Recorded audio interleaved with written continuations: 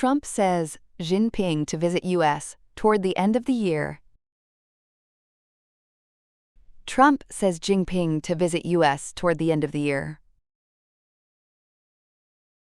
Czech Prime Minister in favor of social media ban for under 15s. U.S. challenges Chinese control in race for African minerals. U.S. President Donald Trump has announced plans to host Chinese President Xi Jinping at the White House later this year, signaling a potential reset in relations between the world's two largest economies after years of trade tensions. The announcement follows a wide-ranging phone conversation in which the two leaders discussed key global issues, including trade, Taiwan, Russia's war in Ukraine, and Iran. Trump is also expected to visit China in April, ahead of Xi's planned trip to Washington. "These are the two most powerful countries in the world, and we have a very good relationship," Trump said. Since returning to office, Trump has imposed multiple tariffs on imports such as steel and automobiles, intensifying economic friction with Beijing.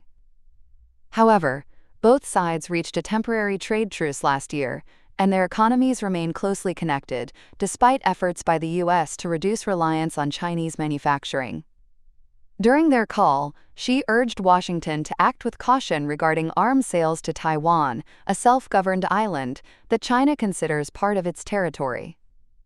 He also expressed hope that disputes between the two nations could be resolved through trust and steady dialogue. Trump described the conversation as, quote, "for excellent," emphasizing the importance of maintaining stable ties. Japan's ruling Liberal Democratic Party is projected to secure a decisive victory in the snap election called by Prime Minister Sanae Takaichi, according to exit polls. Takaichi, Japan's first female prime minister, sought a strong public mandate just 4 months after taking party leadership, and early results suggest the strategy has paid off.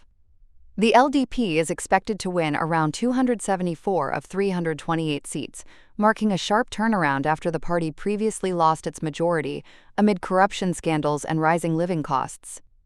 Takaichi's high approval ratings, consistently above 70%, appear to have boosted voter confidence, despite concerns that calling a snap election was a risky move, especially after the collapse of the party's longtime coalition with Komeito.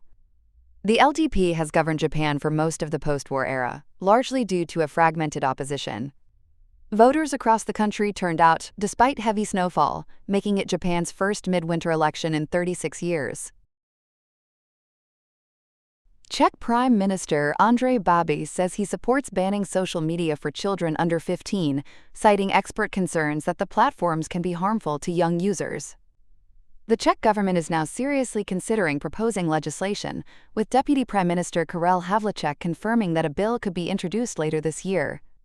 The move comes as several European countries, including Spain, Greece, Britain, and France, weigh stricter rules on children's social media use. Australia has already taken the lead, becoming the first country to ban access for those under 16. Officials worldwide are increasingly worried about the effects of screen time on children's mental health and development, as debate grows over whether social media platforms are designed to be addictive.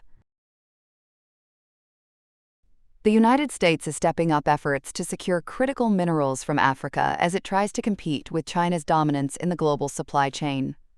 Washington is focusing on countries such as Zambia, Guinea, and the Democratic Republic of Congo, a nation that produces more than 70% of the world's cobalt and millions of tons of copper each year.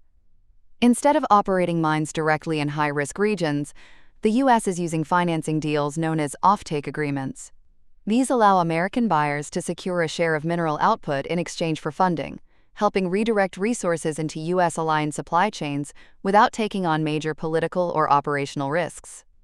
Analysts say the strategy shows the U.S. is backing its ambitions with financial power, but it remains unclear whether it can match China's speed, investment scale, and long-established presence across African mining projects.